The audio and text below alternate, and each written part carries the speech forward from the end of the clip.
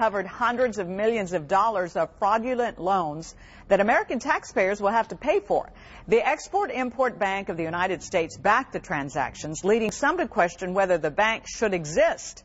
Despite its problems with fraudulent transactions in Mexico, the bank is opening a branch in North Texas. Byron Harris has our story tonight.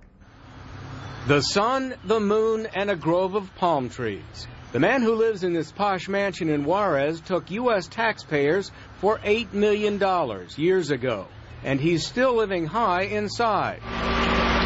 And despite $213 million worth of bad loans to Mexican borrowers on the Texas border, the Export-Import Bank of the United States is opening a branch in McKinney. Welcome the Export-Import Bank.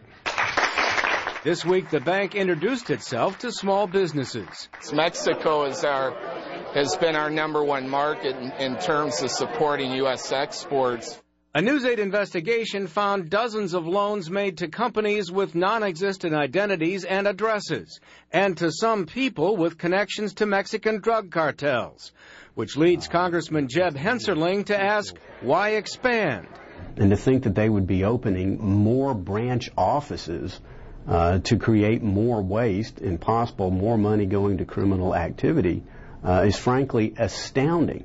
Ex-Im Bank is not unique in the world. Kelly Kemp, who'll run the new office, admits there have been problems. There has been a rash of bad debts in the last couple of years. This is an organization that can't properly account for a couple of $100 million of taxpayer money, which I believe there's very compelling evidence that has been wasted.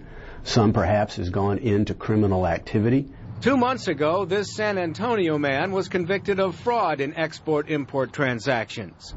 But dozens of other export-import transactions that have gone bad have never been investigated. Congressman Hensarling has called for a congressional investigation, but so far that hasn't happened.